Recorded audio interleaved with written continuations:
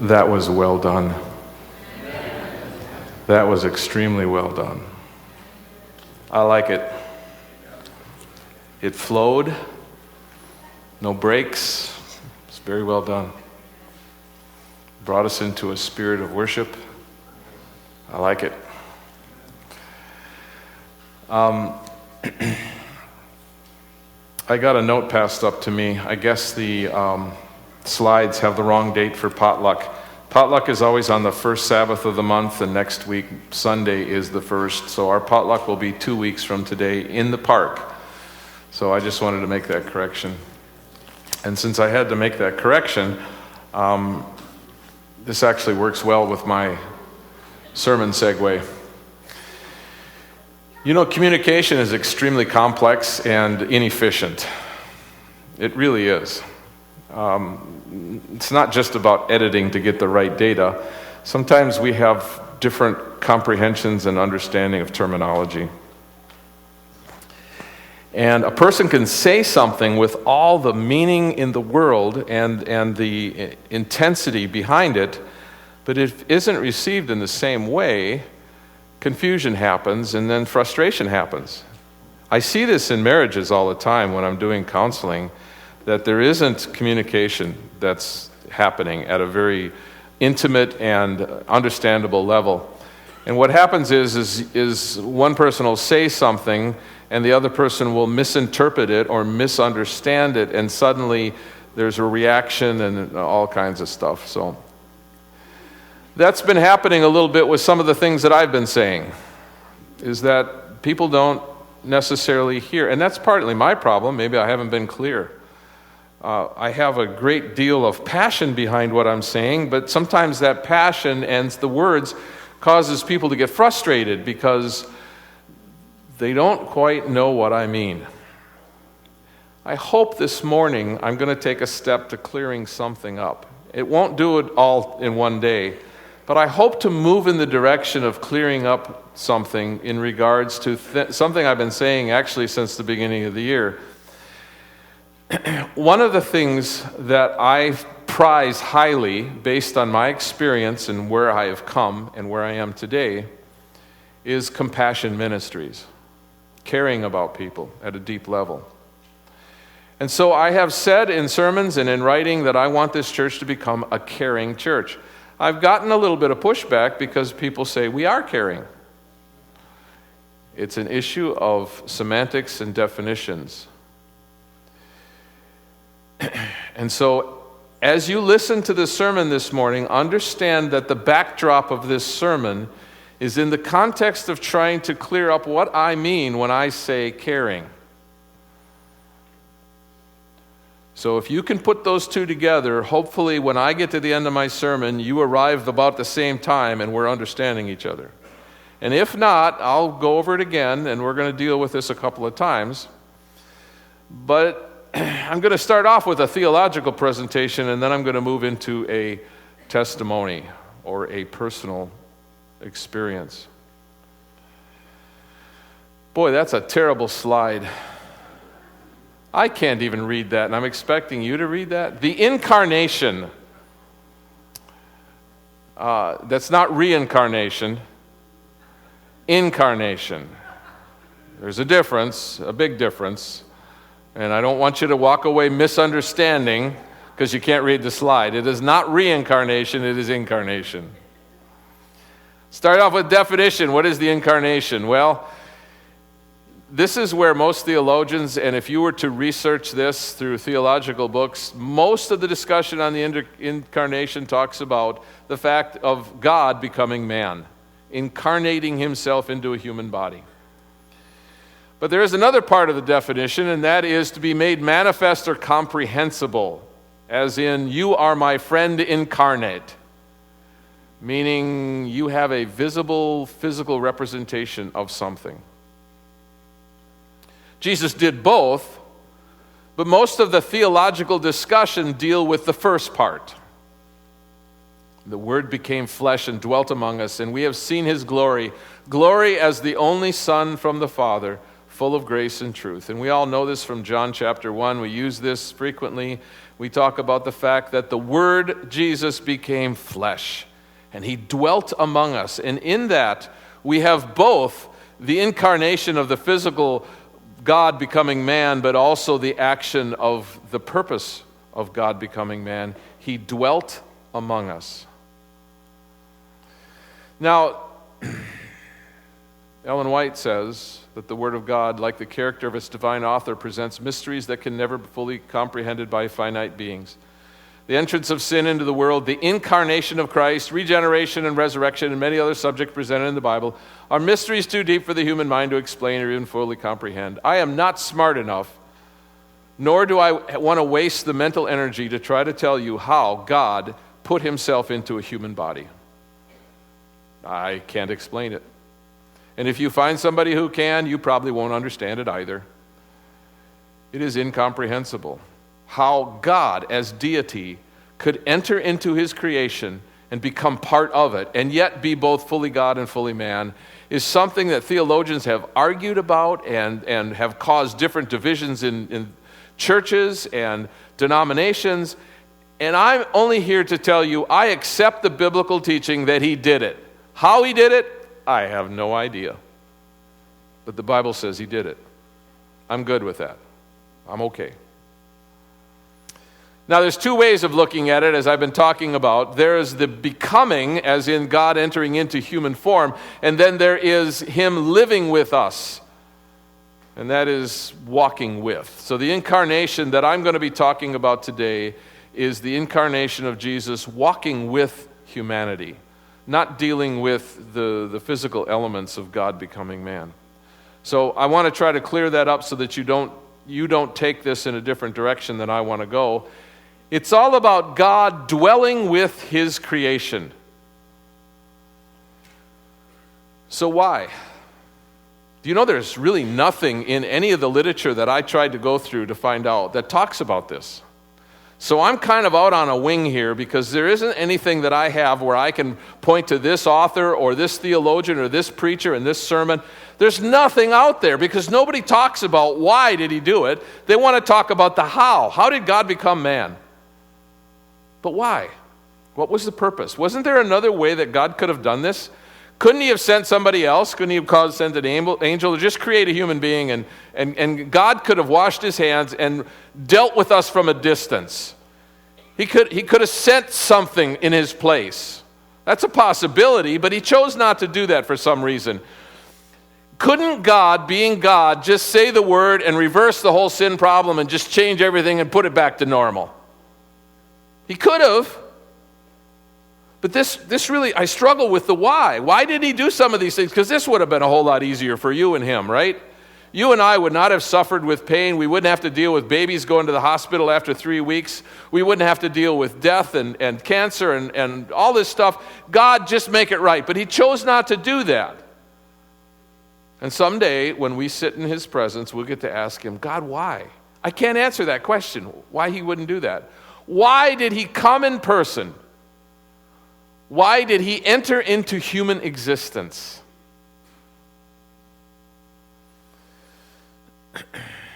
Why did he walk in our shoes? You know that when Jesus came here, he didn't dress any different than first century Jews. He did not have any advantage as far as super legs or something, bionic arms.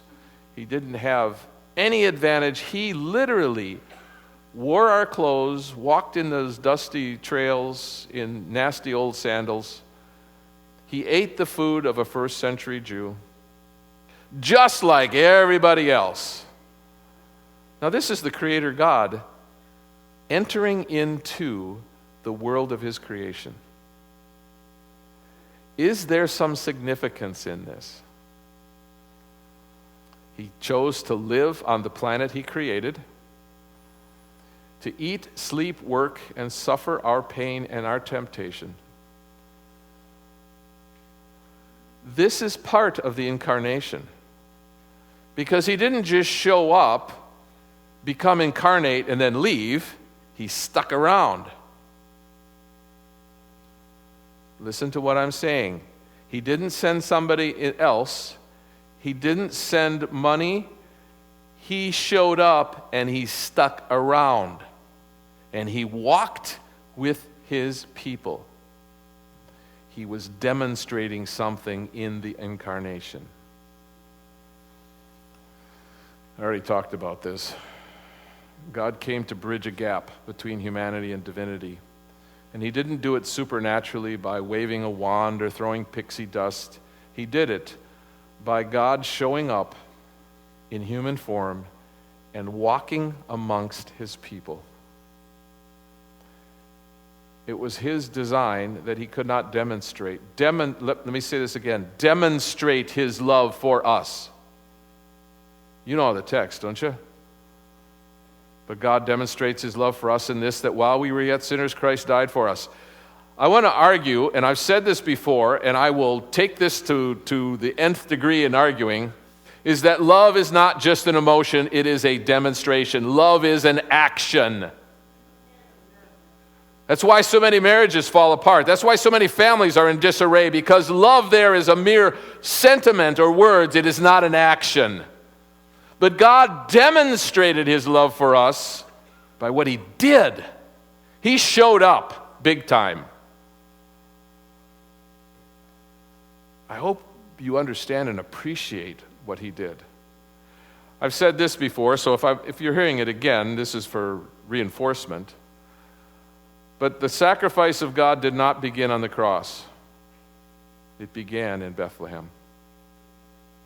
Because when God condescended to come and enter into the creature he created, he began the sacrifice.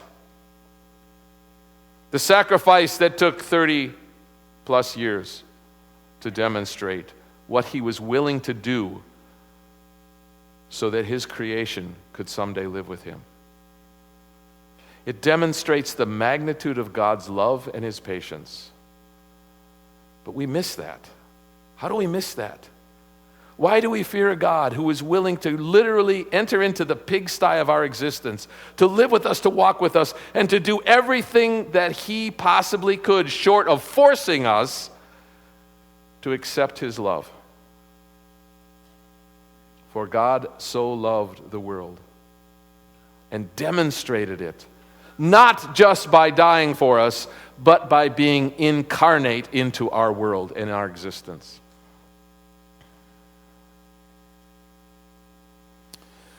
One of my favorite texts, and I have several, but one of them that I have read frequently and that has motivated me, especially when I was doing ministry in Cleveland, was a text found in Philippians 2, verses 1 to 8. It's rather long. If you want to get it out on your iPad or your iPhone or your Bible book, you could do that too.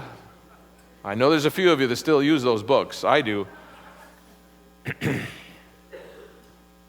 It is true that Bibles are much louder than the electronic devices, but that's okay. At least I can tell you when you get there, I can hear the pages flipping. Philippians chapter 2, verses 1 to 8. And this is really the core of my discussion today. My theological discussion is found here in Philippians. If there is any encouragement in Christ, any consolation from love, any sharing in the Spirit, any compassion and sympathy, make my joy complete. Now, Paul is writing to the believers in Rome, and he's talking about consolation, compassion, sympathy. He says, if you need an example, if you need a model, be of the same mind and have the same love, being in full accord and of one mind. So there is a principle here of compassion ministries, of sympathy, of empathy. And Paul says that when you do this, you will make my joy complete. That is the context of what's going to happen next as Paul now segues into Jesus' example. The context is in compassion for one another, in sympathy, in for caring. Do nothing from selfish ambition or conceit, but in humility, regard others as better than yourselves. Let each of you look not to your own interests, but to the interests of others. All right? He's giving a principle here about what compassion ministries look like. It's not about you. It's not about you. It's not about me. It's about the other. Let the same mind be in you that was in Christ Jesus. Here is our example. Here is what Paul's pointing to as the epitome of compassion ministries. Who, though he was in the form of God, did not regard equality with God as something to be exploited. Some translations say something to be clung to or hanging on to. So it's not like when Jesus was incarnate into this world that he was going kicking and screaming and hanging onto a rope in heaven saying, "Please don't send me, I don't want to go." Paul says, no, he didn't cling to his existence in heaven. He wasn't hanging on to that. He willfully said, "Yes, Father, I will do this. You don't have to force me. I will incarnate myself into the lives and existence of the very people who have rebelled against us. I will do this." And Paul says, let this same mind be in you. But Jesus emptied himself, taking the form of a slave. Now, just imagine the existence in heaven and coming to earth. Are you seeing the distance and the disconnect between those two? Heaven, beautiful, perfect, calm. Earth, none of the above. Heaven, smiling faces, pleasant existence, beautiful weather. Earth, none of the above. He entered into the existence of the battle, of the pain and the turmoil and the crisis as an act of compassion, as an act of caring, as an act of sympathy. He entered into the experience of the very people that he knew he was sent to save. And being found in human form, he humbled himself and became obedient to the point of death, even death on the cross.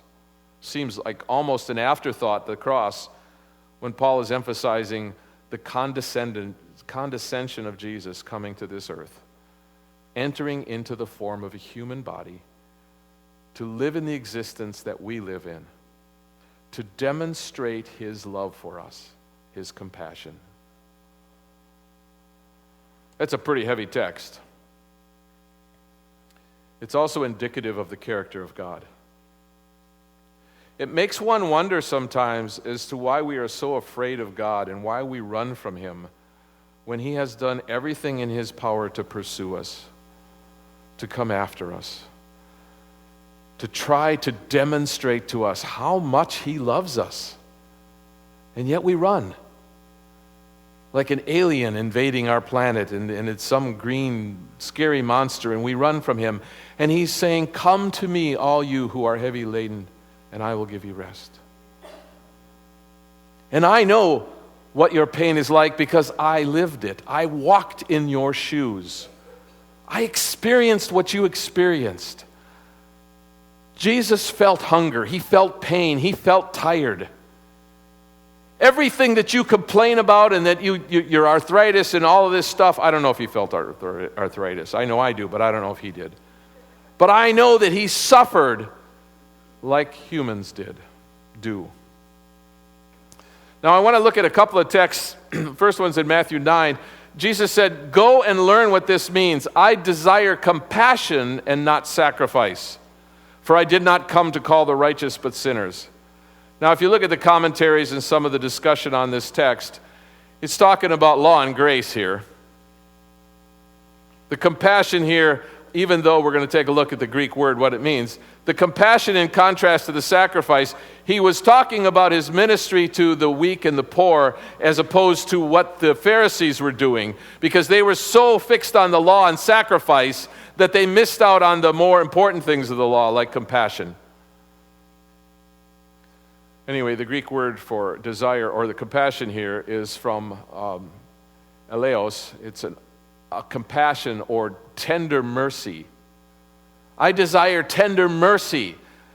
Unfortunately, we don't get that, and so we don't exhibit tender mercy We tend to be on the sacrifice side, and we're willing to sacrifice people. And we have, on occasion, sacrificed people as opposed to being merciful and tender.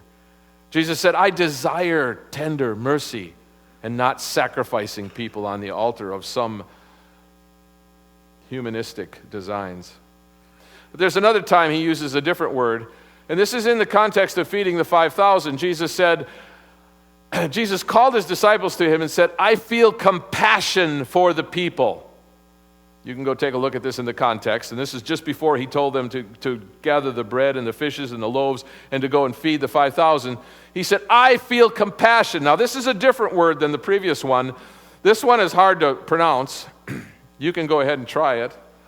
Something like splanknidzomi. Something like that. And it means to have your bowels yearning.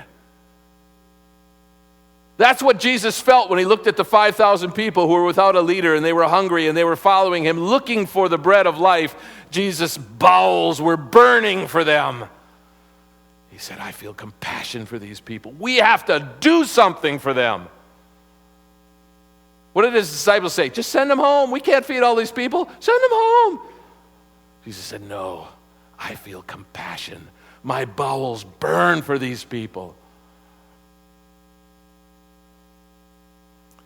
Christ came to our world with a consciousness of more than human greatness, to accomplish a work that was to be infinite in its results. Where do you find him when doing this work?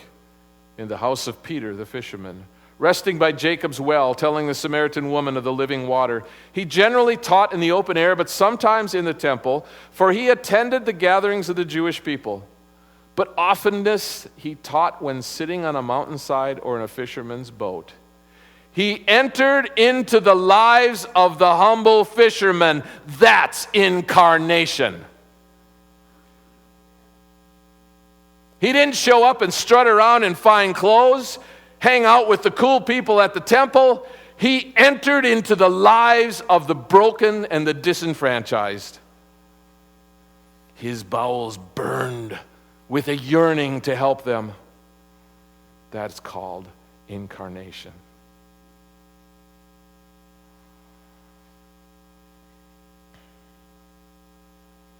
Some of the quicker of you are already reading to the end of the book and know where I'm going with this. For some of you, I've got to do a little bit more work. What are the implications for us as Christ followers or Christians? Does God expect an incarnation from us? Are we to demonstrate compassion in the same manner that Jesus did?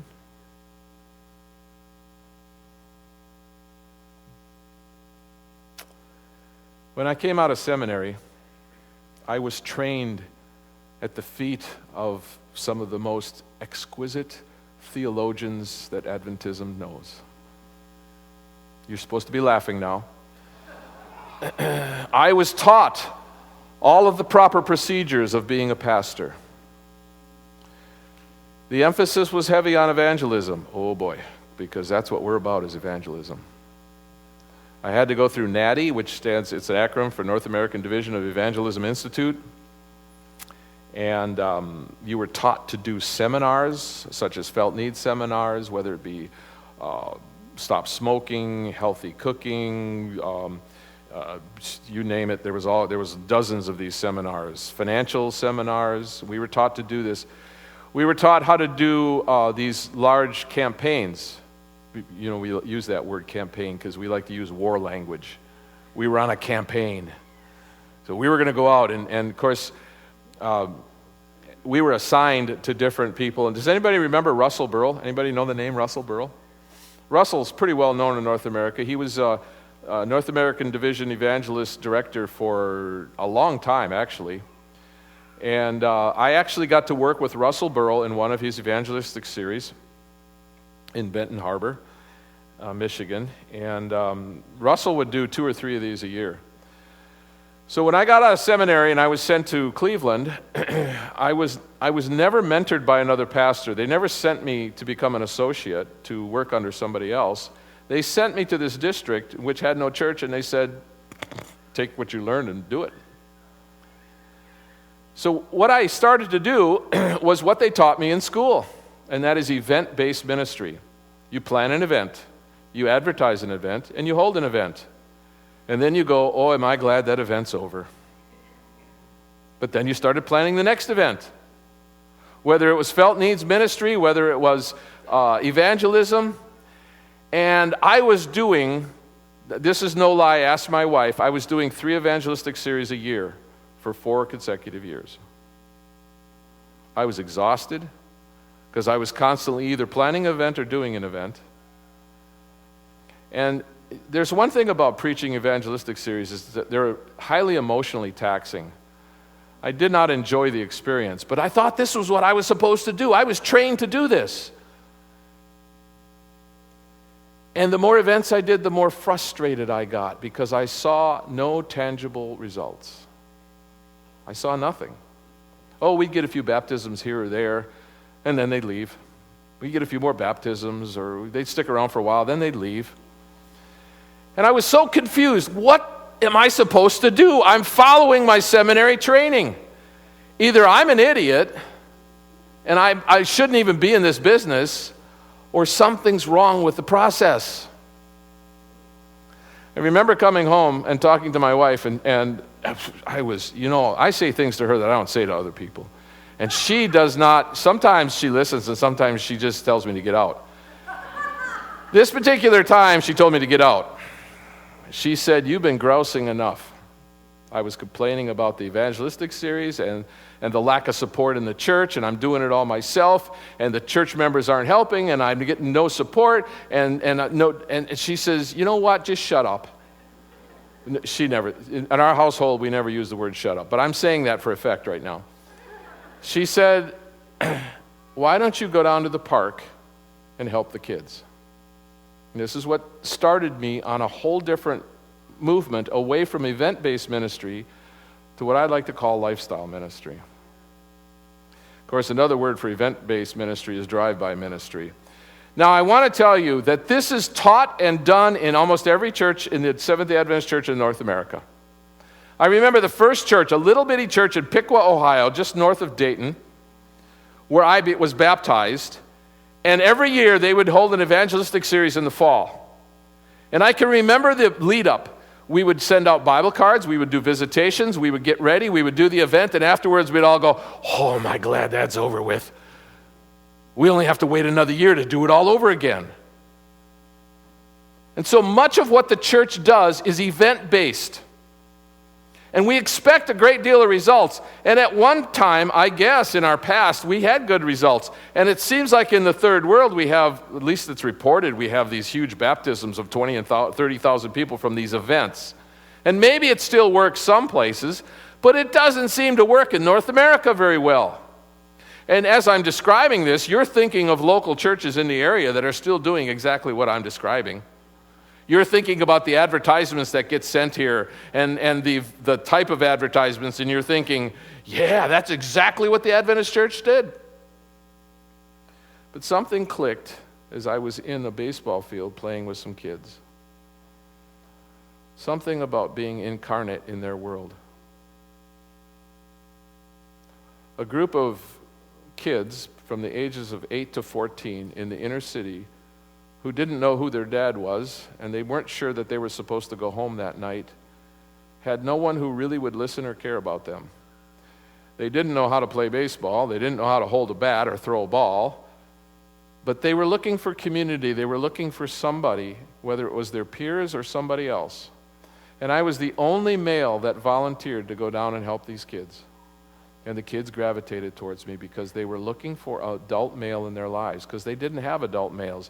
The adult males that most of these kids saw showed up and visited mom, and then a new one showed up tomorrow night and visited mom, and a different one showed up. And so they didn't know anything about these men who would visit once in a while and what was going on. Of course, these kids were pretty smart. They knew what was going on. And a family of 5 would have 5 different fathers for all the children in the family. And so I started hanging out, and I started to understand that event-based ministry was not incarnate ministry, and it's not what Jesus modeled. It's what the church teaches. It's what churches practice. In fact, even Sabbath is kind of an event-based, isn't it? We come together for an event. But incarnational ministry is a lifestyle of ministry. It's an attitude that permeates your very existence. It is holistic and not event-based. Somebody gave me this, that much of Christianity is all about warm glow giving. Do you know what that means? It's kind of this drive-by ministry. You know, in Oakland right now, I got in trouble at the conference because I said something out loud that I should have not said. You know I say things sometimes and I get in trouble, right? They're doing this huge evangelistic campaign in Oakland in which they brought in all kinds of medical and dental people and helping organizations, and they rented this huge building, and they're going to try to fix everything health-wise, because Adventists are about health. And I appreciate the Adventist health message. But I was sitting in a committee meeting, and they were all, rah, we're going to do this. And I said, that's stupid. And the guy who was pumping this up looked at me, and he says, what? And I said, look, I lived in the inner city for 17 years, and I know exactly what the people there are thinking. Here come those hoity-toities from the suburbs into our city for an event that they're going to leave in a couple of weeks. We'll never see them again. And this is the conversation I heard at the community center as I sat down and had breakfast with people. And as I helped them put their food in their cars, and as I spent every day with them, they would come and say to me at Thanksgiving, oh, those hoity-toity people from the suburbs are coming in to give us turkeys. Oh, we'll go get them. But they don't care about us. They are not they didn't use this word, but those people don't incarnate themselves into our lives. But 6 days out of the week, I lived and walked with the people in Cleveland. Understand my context when I talk about caring about people. I have transitioned from event-based ministry, sending money or sending an emissary or going and driving in and doing something and getting out of there as fast as I can, to understanding that compassion ministry in the mindset of Jesus and in the model of Jesus is that he entered into the lives of the people he cared for. He walked amongst them. No drive-by ministry, no sending donations. So now when you hear me say compassion, a caring church, this is my definition of caring. It's not enough to send money. It's not enough to show up once in a while and help somebody, but you have to enter into their lives, because people are more than just the activities. There are people who are struggling with life events. There are people who need somebody to pray with them. There are people in our church who are broken, and they come to church and they put on a facade. And we've got to stop doing that. We have got to stop pretending everything is okay, and we have to start opening up and sharing with one another and caring for one another. Incarnational ministry.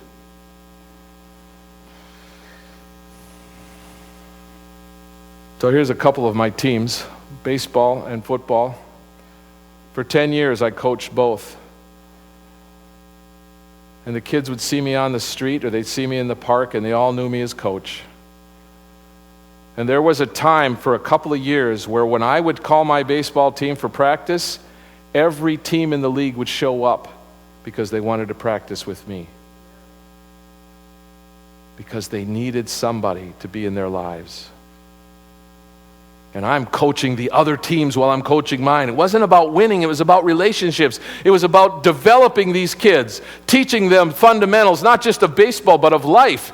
Teaching them how to deal with winning and losing. Teaching them how to be respectful when things didn't come their way. And out of that came the teen ministry, where we opened up a storefront and we had a teen center 5 days out of the week, every night, Monday through Friday, from 6 to 8. We would open this up, and the kids, we would have 30, 40 kids showing up in there. And we would play games with them, and we would sit down and do crafts with them. And sometimes we learned that we needed to feed them because they weren't getting fed at home. We walked in their midst, and we walked alongside of them. And as these kids grew up, and some of the kids got into the gangs, and I would walk the streets, the gang members would remember me and still call me coach. And I didn't fear walking the streets of Cleveland because I had walked in their shoes. I had walked alongside of them. I had incarnated myself into their lives. And they knew me as a person who cared, who didn't just do drive-by ministry, who didn't just come to preach that you need Jesus Christ, but I lived with them and I demonstrated a Christian lifestyle. And I tried to get the church engaged, and I did for a while. But it ended up after a while that they were so focused on event-based ministry that they dropped off, and they kept dropping off, and they kept dropping off. And it ended up being my wife and I and my daughter and my son doing a lot of this day by day, showing up and loving these people. And then we opened the community center where we started feeding the meals and started doing what Rudy's doing with Bread of Life. But again, we took the principle of being incarnate, and we just didn't give them something. We entered into their lives.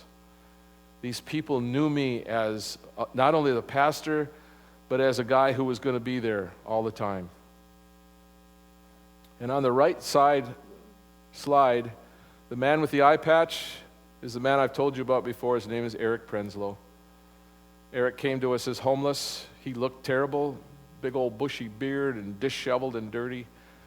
And after 6 months, he cleaned up and he started coming to church on Sabbath, and eventually we baptized him. And the only reason we did it was because we were incarnate in his world. I had gone to the very doorstep that Eric was sleeping in to wake him up, to take him to get him food. I had taken Eric to the doctor. I had taken Eric to get his Social Security card. And I got to tell you, this was an eye-opening experience for me. When I walked in there, Eric was afraid of the person on the other side of the Social Security desk. And I said, Eric, just go up and explain the circumstance. You had your wallet stolen while you were out. He was literally sleeping on the street, and some guy rolled him and took his wallet. He lost his Social Security card and his state ID card. Well, if you don't have those, you can't get services, you can't do anything. So I watched this woman denigrate him and make him feel like he was an inch tall as she talked down to him like he was dirt. And I walked up to the window and she treated me with respect. And I saw right there that there was a big discrepancy between the way people perceived and looked at some people. And I scolded her right there. I told her that this man deserves respect as much as I do. That's what walking with people does, is that you understand their experience. I learned from Eric's experience that he was treated as a second-class citizen, that he was just a dirtbag. So when I talk about compassion ministry, I'm talking about walking alongside of people, being intentional in caring about them. Now, if I were to stop right here, and I'm going to, this is my last slide, they're getting ready to sing, I need to make a qualifier. One of the reasons why it's so difficult is because most Christians don't have good boundaries. And we turn into enablers. And we don't know how to deal with people who have needs. I'm going to talk about that next week. So this is only the first part of identifying the issue. The second part is how do we healthfully help people as opposed to enabling people. Huge difference. In many churches, we just tend to just give them stuff and send them off. And that's not helping them.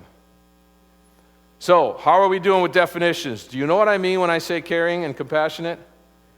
Do you understand that my definition is not the same as what some people understand caring and compassion? I'm not saying you're wrong, but I'm saying that through my experience, I was taken to a deeper meaning and understanding of what compassion means and what it looks like and how it's exhibited. That's the kind of church I want to be a part of. That's the kind of church I would like Palisadro to become. That we are a compassionate church like Christ was compassionate.